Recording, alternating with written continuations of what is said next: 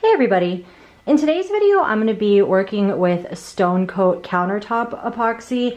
I'd been wanting to work with this stuff for quite some time, so I ordered the kit and I've used some before, so this isn't going to be a first impressions kind of thing because I'd already given it a shot. That's why the bottles are half empty or half full, I guess, depending on how you look at it. So what I'm going to be doing is working with a bigger surface than I usually do. Most of my stuff tends to be pretty small, like magnets and jewelry. So this time around, I'm going to be working with this larger surface. It's a serving tray, and I got the tray itself at Ross for like $7, and I made a collage with graphic novel. My husband really loves Batman, so I'm going to make him this one. I have already made a serving tray for myself. There's a comic that I like called Lady Mechanica, so I went ahead and made myself this really cool serving tray, and I apologize for the glare. So before I start to break down the resin stuff, I do need to actually finish sealing all the pages into the tray. I worked ahead on all of these, and I left one so I could demo how I actually did all of this to get you up to speed without you having to sit through the whole thing. So the way that you seal paper in order to pour resin over it is you want to use Mod Podge, and it's just a water-based sealer. From what I've gathered, watered down Elmer's glue also works, but this stuff is pretty inexpensive. This was probably like $4 or something for the little bottle. It looks like that. It dries clear, and I'm going to be spreading it with this. It's just a large, like flat angled brush, and I'll leave the links for the description, or the links for this stuff in the description box below. I always trip up on that. All right, so what I'm going to do is I'm going to dip into my Mod Podge, and I'm going to glop it on there, and then I'm going to take my piece and position it how I want it. All right, I'm going to smooth it out. And then I'm going to go over it with more Mod Podge. Sometimes with the bigger pieces, air gets trapped under them. It's just a part of it. With these ones, I try to minimize the like rippling you see in some of the places by painting the Mod Podge first, putting the page over it, flattening it, and then letting it dry before doing the top layer. But with smaller pieces, I can go over it like this. All the rippling in that, it won't look as bad when there's resin inside of this. It covers it up really well. So that's, yeah, it's not the end of the world that some of the parts are kind of raised like that. It'll be okay. And even if it doesn't completely cover them up, it's fine. I don't have that problem with smaller pieces at all. It's just those larger pieces that were kind of a pain. But now that I said that, this one will probably bubble up. All right. So I'm going to let that dry. I'm going to go over it again and again. With this tray, I noticed the edges were already, like the edges here and so on and so forth, they were already sealed up pretty well. It's like laminated in this plastic stuff. If there wasn't the lamination that's going to hold all the resin in okay, I would have had to really, really work into those corners with the Mod Podge. Water-based sealer is your friend when it comes to this type of stuff. So I'm going to finish this up. I'm going to let it dry and all that. And for now, I'm going to move on to the resin, and we're going to break down pouring it and heating it up and going over the directions. The serving tray is drying, so now I'm going to talk a little bit about the product and go over the literature that came with it and just kind of read the stuff that's relevant to us. Keep the temperature in the area you're working above 65 to 80 Fahrenheit. That's pretty standard resin stuff. It's a heat reaction, so you want it to be in that optimal range. Prepare your work area well. All right. In the fall and winter, be sure to warm up the epoxy before use. So anytime they suggest I warm up epoxy, I make sure to do that. So we're going to do that. It says that they put it by a space heater for about 15 minutes. I think I'm just going to put it in a sink full of hot water. Okay, the don'ts. Don't use the torch right after spray paints or isopropyl metallic mixture. When they're talking about the spray paint or metallic mixture with this, it's for countertops, and you can get like a stone effect by adding in those things. So that's what's going on there. And on that note, Stone Coat makes a few different formulas. I noticed there's Art Coat. There's like a thicker pour kind of one, I think. I went with this one because it's specifically for countertops, and I feel like that's going to mean that it's pretty like rugged and durable and scratch proof and all of that, because a countertop lives a kind of hard life. And I'll leave the link for this in the description below. All right, don't leave the torch in one place after a long time when popping bubbles. It will scorch the epoxy. Okay, the torch they speak of is, I have this one right here, and what it's going to be used for is sweeping across the top of the resin after we poured it to pop all of those bubbles that come to the surface. A torch really gets a lot of surface area in not a lot of time. So they're saying don't just like torch it all crazy in one area for too long. Okay, don't leave fans, HVAC systems, or heaters blowing near it for the first 10 hours of curing. It's just so you don't get a bunch of debris in the resin. Even when I pour it into the serving tray, I'm gonna cover it up because dust and debris, and if you have pets, cat hair or whatever, it will get into it and you don't want that. So it's just, we're trying to minimize that. I thought this was interesting. Don't leave the lights on in the area that you're working. Bugs are attracted to the reflection and will blemish your project.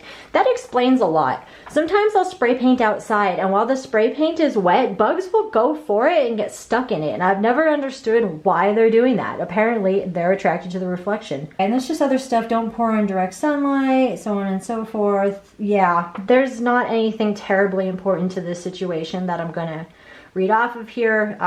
Yeah. Okay, so here on the side of the bottle is the procedure. Heat resin 65 to 80 degrees Fahrenheit. Measure 1 part resin to 1 part hardener into a clean container. The containers we're going to be using are these. You can get them at Home Depot and other places like that in the paint section. And it's just a nice little measuring system going on here on the side.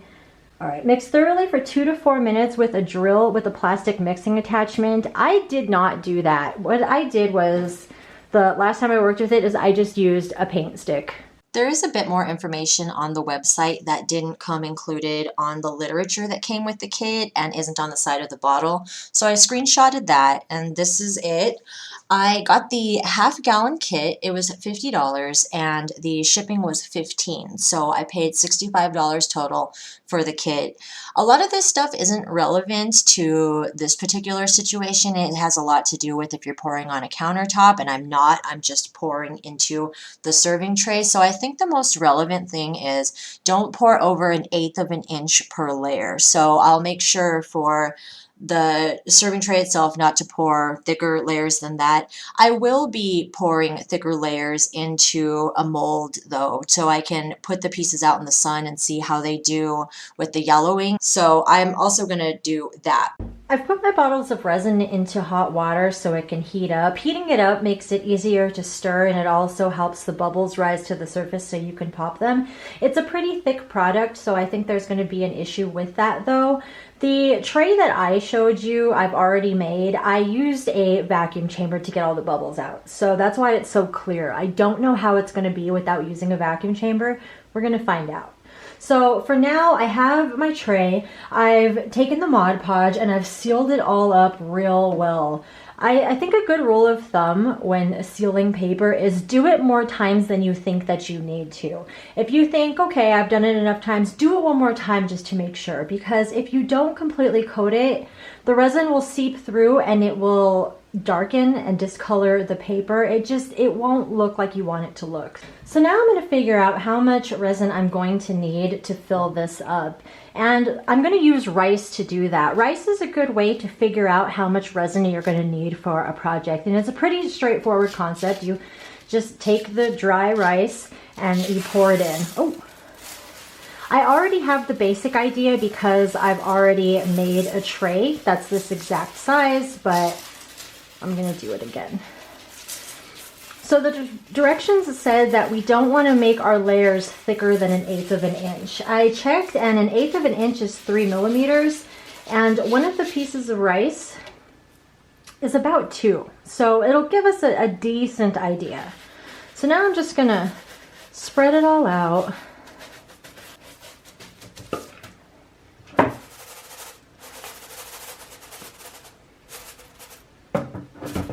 It's a little bit thicker in places, it's a little bit thinner, but I think that this is a good amount, and any extra that we don't pour in, I'm going to pour into a mold. So this is good to go. We're now going to take all of the rice, pour it back in the cup. I'm going to do it off camera because I don't want to make a huge mess, but you have the basic idea of what is going on. Okay, my resin's been heated up, and the hardener is pretty thin now that it's heated. Hardener tends to be a lot thinner.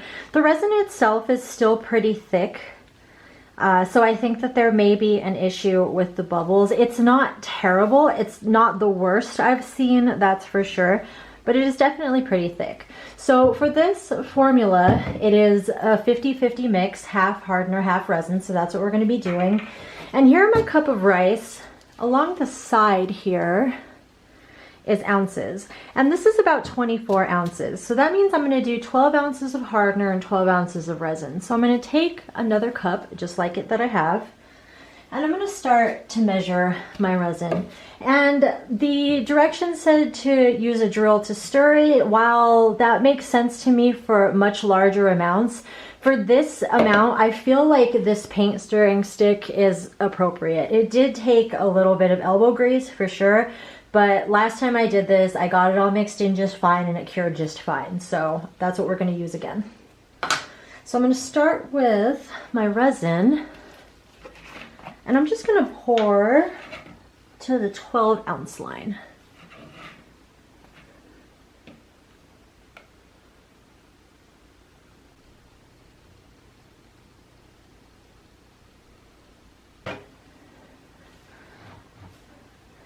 Okay, now I'm going to move on to my hardener.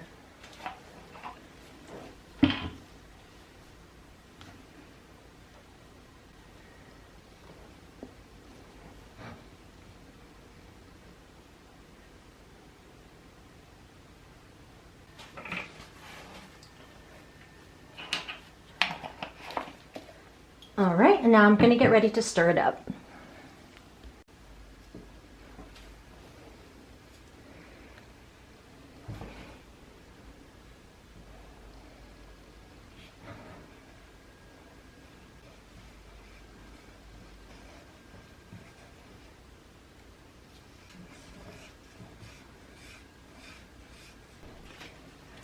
Okay, so I've been stirring it for about 10 minutes now. It is finally to the point where it is completely incorporated. There's not lines of resin in the hardener that you can see haven't been stirred in. Like, it is a uniform liquid now. So what I'm going to do is I'm going to take the mold. I have a mold right here. This is the graphic novel that I used for the artwork inside of the tray. So that's pretty neat. There's so many great illustrations in there, and I'm really just using it to set the mold on top of because I'm going to be moving it after I pour some in. So I'm just going to take a little bit, and I'm going to drop it into my molds, and then I'm going to put them aside, and I'm going to leave them out in the sun to see how they perform as far as the yellowing and the hardness and all those types of things, because I do think that this could be used for jewelry and magnet applications as well. So we'll see how that goes. And I know it says not to pour more than 1/8 of an inch, but I'm going to pour a decent amount more into one of these. And when they tell you not to do that, I have theories. I have two theories about why you're not supposed to pour more than 1/8 of an inch or more than 1/4 of an inch in some situations. It's either because it'll be too thick and the bubbles won't be able to come out of it right, or it'll overheat and maybe ruin the mold. I'm not 100%.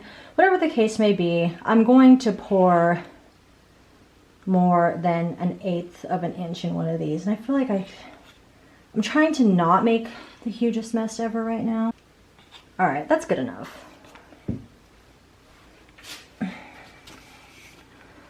So I'm gonna put all this aside and move on to the tray.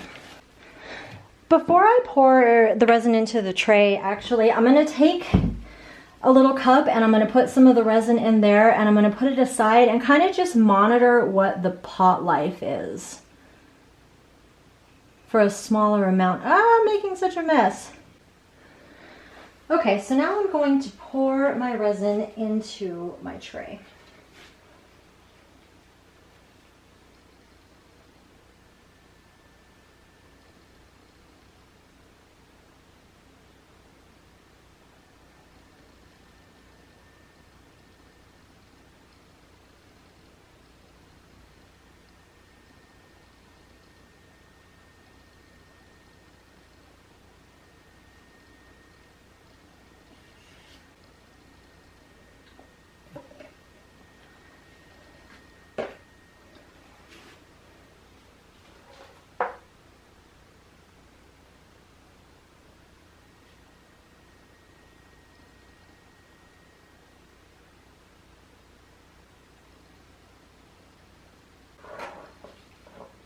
All right, so it looks like there's a pretty good coat all across it.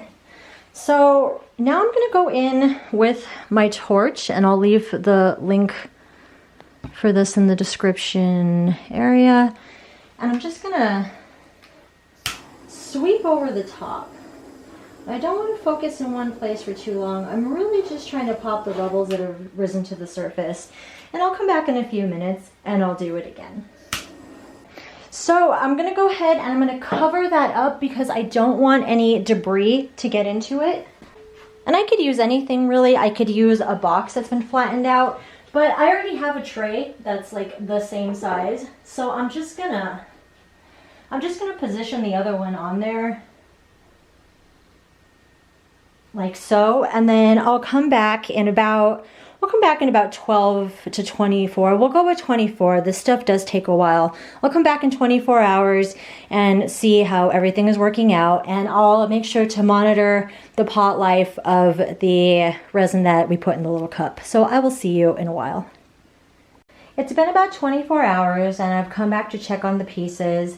The resin I poured into the mold, this thicker piece, it's dry to the touch, but I can still dent it with my nail.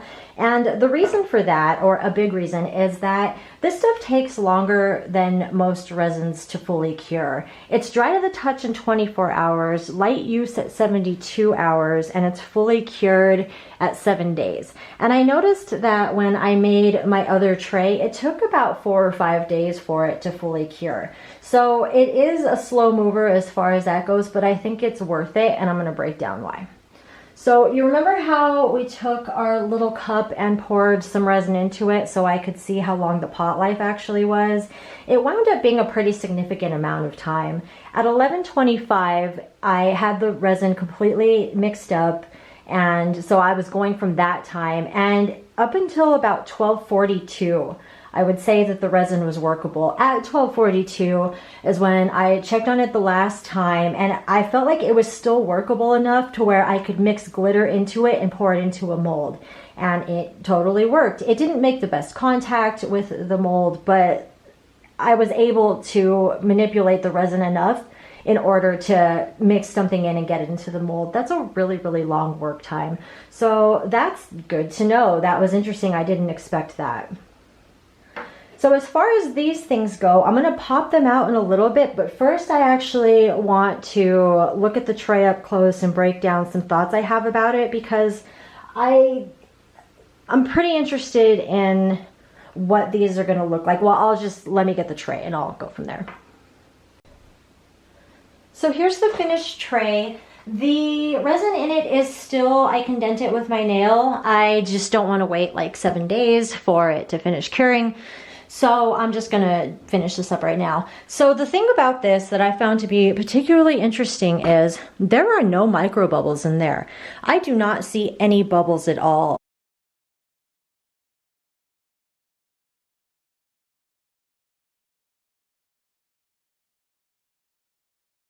Sorry for the glare. I'm trying to work with you here. Yeah.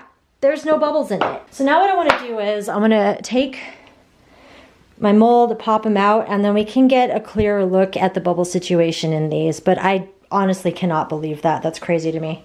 Now what I'm going to do is pop these pieces out and actually look at the bubbles in these pieces.